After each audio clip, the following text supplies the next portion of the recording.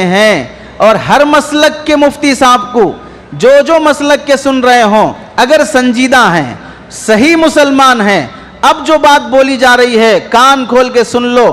خوشی کرنا الگ بات ہے, خوش ہونا الگ بات ہے, خوشی منانا الگ بات ہے. نبی کی پیدائش پر کون خوشی نہیں منائے گا؟ ظالم سے ظالم, بدتر سے بدتر وقت کا فرعون ہو سکتا ہے جو نبی کی ڈلیوری پر, پیدا ہونے پر, ولادت پر خوشی نہ مناتا ہو, خوش نہ ہوتا ہو. خوش ہونا الگ موضوع ہے, خوشی منانا الگ موضوع ہے, اور خوشی منانے کے طریقے کیا ہونا چاہیے وہ الگ موضوع ہے. جو مفتیان اکرام جو دارالافتاء ربیع الاول کے موقع پر میلاد منانے کی اجازت دیے ہیں, آج جو خوشی منانے کے طریقے خاص طور سے اس سال حیدرآباد میں جو رنگ رنگیلیاں, جو عیاشی, جو آوارگی, جو ریالیاں مسلمان نوجوان لڑکے لڑکیاں نکالے ہیں, کیا یہ خوشی منانے کا طریقہ تمہارے کسی مفتی صاحب نے دیا ہے؟ تمہارے کسی دارالافتاء نے دیا ہے؟ خوشی منانے میں سب سے آگے خوشی منانا عبادت ہے. عبادت میں آگے تم رہتے ہو یا علماء رہتے ہیں؟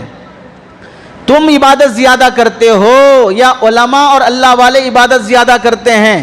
اللہ والے عبادت زیادہ کرتے ہیں, خوشی انہیں زیادہ منانا چاہیے. پھر کیوں حیدرآباد کے بڑے بڑے مدارس کے تمام علماء ریلیوں میں شریک نہیں ہوئے؟ پھر کیوں جامعہ نظامیہ کے بڑے بڑے مفتیان اکرام سڑک پہ نہیں آئے؟ کیوں نہیں آئے؟ وہ جانتے ہیں کہ یہ خوشی منانے کا طریقہ ظالموں اور کافروں کا ہے, مسلمانوں کا نہیں ہے. ہم نے جس میلاد کی اجازت دی تھی وہ یہ میلاد نہیں ہے جو آج کے غلیظ نوجوان اپنا رہے ہیں. کیسے کتنی فضول خرچی اس میلاد کی ریلیوں میں مسلمان نوجوان نے کیا ہے. اتنا فضول پیسہ جو لٹایا, سڑک پر کیک بنا دیا, ڈیکوریشن کر دیا, بجلیاں لگا دیا, اور بڑی بڑی گاڑیاں بک کر کے نوجوان اس میں ریلیاں نکال رہے ہیں, فضول پیسہ اڑا رہے ہیں. اور یہ جتنا فضول خرچہ تم نے کیا ہے, تمہاری مسلمان غریب بہنیں جس کے گھر میں 4 بہنیں بیٹیاں بیٹھی ہوئی ہیں, ان کی شادیاں نہیں ہو رہی ہیں, بوڑھے ماں باپ دوائی کے لیے تڑپ رہے ہیں, غریب لوگ 2 وقت کی روٹی کے لیے پریشان ہیں, اپنے بچوں کو پڑھانے کے لیے بے چین ہیں. کیا تم یہ ریلیوں کا پیسہ ان غریب بیواؤں پہ نہیں لگا سکتے, ان یتیم بچوں پہ نہیں لگا سکتے؟ ان ریلیوں میں تم نے کیا کیا؟ تمہاری بیٹیاں, تمہاری بہنیں غیروں کا بستر گرم کر رہی ہیں پیسہ نہیں ہونے پر, حرام نسل جنم دے رہی ہیں ان کی وقت پر شادیاں نہیں ہونے پر. یہ پیسہ تم وہاں خرچ نہیں کر سکتے. نفس اور شیطان کے غلام, نوکر, چاپلوس, مکار بن کر عشق کے ادائیگی کے, محبت کے اظہار کے جو طریقے تم نے اپنائے ہیں, ناچ گانا, بینڈ باجا, ڈی جے جو تم نے لگایا ہے, تمہیں کسی صحابی سے ثابت ہے, کسی ولی سے ثابت ہے, کسی نبی سے ثابت ہے؟ کوئی ولی, کوئی محدث, کوئی فقیہ, کسی نے بھی اس طرح کا کام کیا ہو؟ انوار اللہ فاروقی صاحب رحمت اللہ علیہ, اللہ ان کی قبر کو نور سے منور کرے, جنہوں نے جامعہ نظامیہ کی بنیاد ڈالی ہے, پوچھو ان سے جا کے, ان کی کتاب انوار ساتیہ, ان کی جو کتاب ہے اس میں دیکھ لو اٹھا کے. اور پڑوس ملک کے علماء کو جو تم اپنا آئیڈیل اور نمونہ بناتے ہو, جا کے ان علماء سے, طاہر القادری سے پوچھ لو, یہ میلاد جو اس وقت مسلمان منا رہے ہیں یہ کیا قرآن حدیث سے ثابت ہے؟ فضول خرچی, وضو بناتے ہوئے پانی بھی ویسٹ کرنے سے اللہ کے نبی نے منع فرمایا, اور تم نے کتنا پیسہ اڑایا ہے اللہ کے نبی کے میلاد کے نام پر. تمہاری ماں بیمار ہے, اسے تم نہیں دیکھ رہے ہو, تمہارا باپ بیمار ہے, اسے تم نہیں دیکھ رہے ہو, اور یہ میلاد کے نام پر پیسہ اڑا رہے ہو. کس کے باپ کا پیسہ ہے؟ تمہیں اتنی حیثیت نہیں ہے تو دبا کے بیٹھو خاموش. کیوں پیسہ لوگوں کے پاس چندہ وصول کرنے جاتے ہو, ظالمانہ طور پہ لوگوں سے پیسہ وصول کرتے ہو, اور پھر اس میں خوشیاں منانے کی بات کرتے ہو؟ ارے غریب جب تمہارے گھر پہ بھیک مانگتے ہوئے 1-2 وقت کے نوالے کے لیے ہاتھ پھیلاتا ہے تب دینے کی توفیق نہیں ہوتی, سڑک پر آتے جاتے ہوئے لوگوں کو پکڑ کے کھلاتے ہو. یہ کس نے طریقہ تمہیں سکھایا ہے؟ اللہ کے نبی علیہ السلام نے غیروں سے مشابہت کے لیے منع فرمایا. ان کے جیسا روزہ نہیں, ان کے جیسی نماز نہیں. یہودی روزہ کا افطار مغرب کے بعد کرتے ہیں, مسلمان مغرب سے پہلے افطار کرے گا. یہودی عاشورہ کا روزہ 1 رکھتے ہیں, ہم 2 روزے رکھیں گے. یہودی سلام ہاتھ کے اشارے سے کرتے ہیں, ہم ہاتھ کے اشارے کے بغیر سلام کریں گے. عبادات میں بھی ان کے جیسی عبادت نہیں ہونا اللہ کے نبی نے منع فرمایا. اور تمہارے جلوس, تمہاری یہ ریالیاں کیا گنیش کی طرح نہیں دکھ رہی تھی؟ تمہاری یہ ریالیاں, تمہارے یہ جلوس, اور کوئی تو خانہ کعبہ کا نقشہ بنا کر, کوئی تو گنبد خضرا کا نقشہ بنا کر اس کی تعظیم کرتے ہوئے لے جا رہے ہیں. کیا اس گنیش میں اور اس جلوس میں کوئی فرق نظر آ رہا ہے؟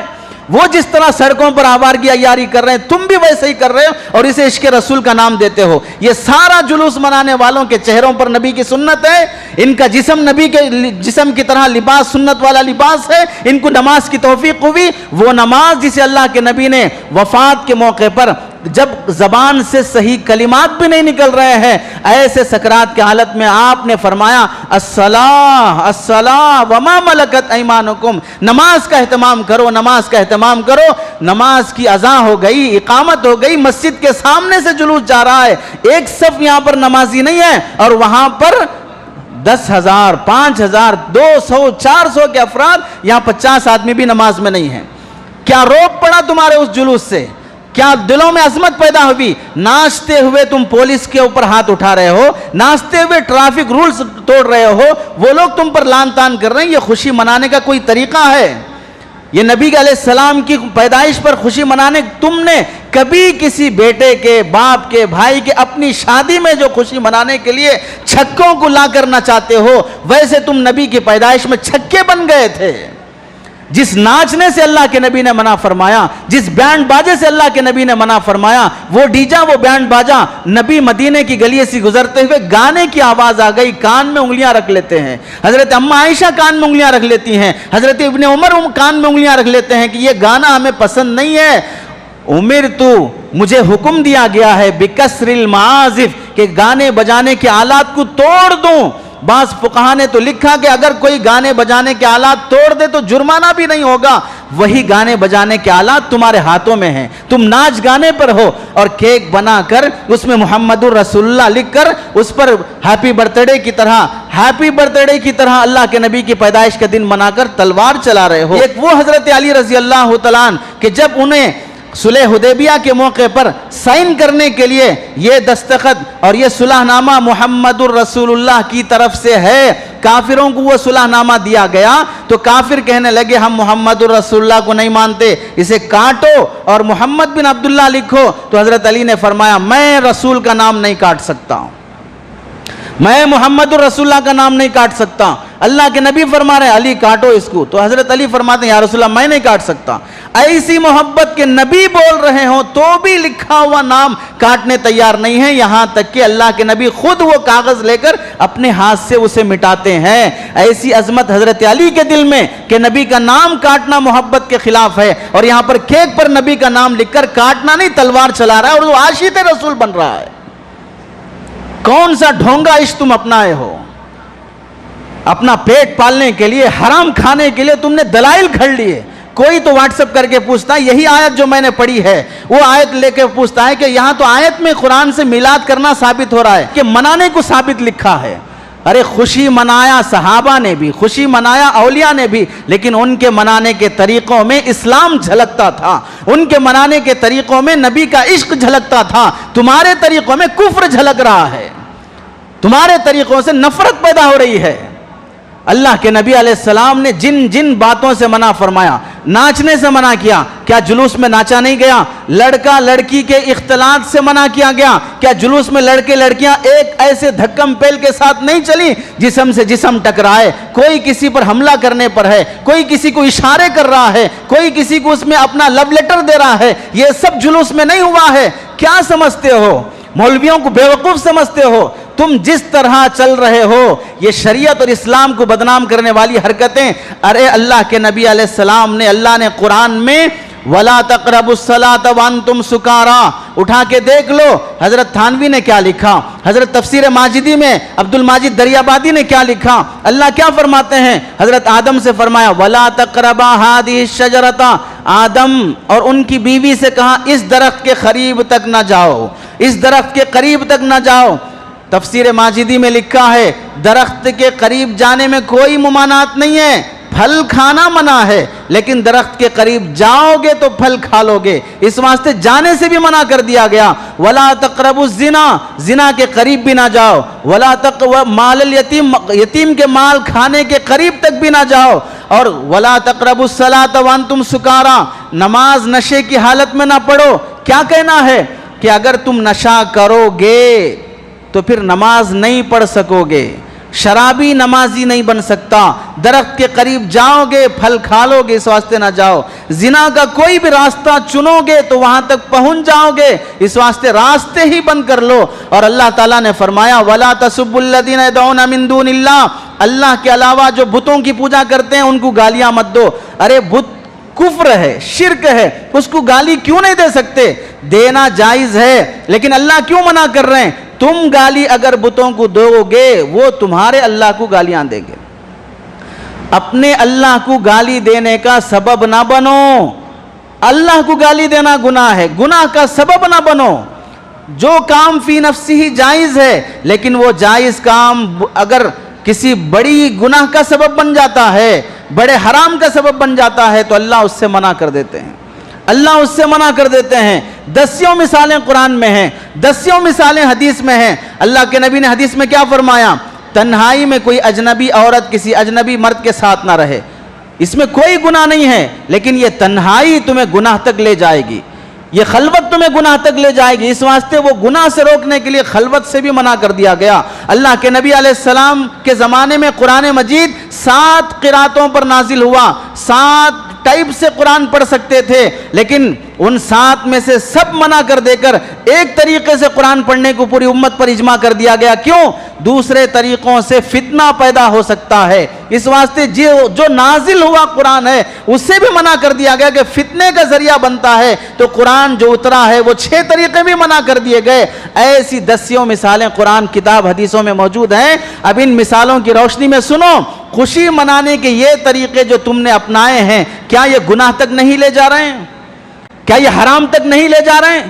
میلاد نہ مناؤ نہ مناؤ نہ مناؤ تو دماغ کو نہیں چل رہا تھا، منانے کی جنہوں نے اجازت دی تو تمہاری قوم نے منانے کی حدیں جو پار کر دی ہے، دور اندیشی کو کہ جو فتنہ انہیں دور سے دکھائی دے رہا تھا، آج جو ظلم، اس جو عیاشی، جو آوارگی اس مہینے کے موقع پر ہوئی ہے، اب جو ہمارے دیگر مفتیان اکرام ہیں ان کی بھی پھر گئی ہے۔ کیوں ہم فتویٰ دیے جائز ہونے کا؟ کیوں ہم فتویٰ دیے جائز ہونے کا کہ جنہیں جائز ناجائز حرام حلال کی تمیز نہیں ہے اور سڑکیں جام کر رہے ہو، اس موقع پر تم کسی غیر مسلم بھائی کے پاس جاتے، اسے ہمارے نبی کے اخلاق سمجھاتے، ہماری نبی کی زندگی سناتے، تمہارے دکان میں کام کرنے والے نوکر کو تم سناتے، تمہارے پڑوسی غیر مسلم بھائی کو تم ہمارے نبی کے صفات سمجھاتے۔ ایک وہ بھٹکل میں وہاں کے علماء نے غیر مسلموں میں سیرت کا کمپٹیشن رکھا اور اس میں اس کوئز کمپٹیشن میں انعامات رکھے، پرائز بھاری بھاری رکھے۔ پہلا انعام 50,000 25,000، دوسرا انعام 20,000۔ کون لکھ رہا ہے؟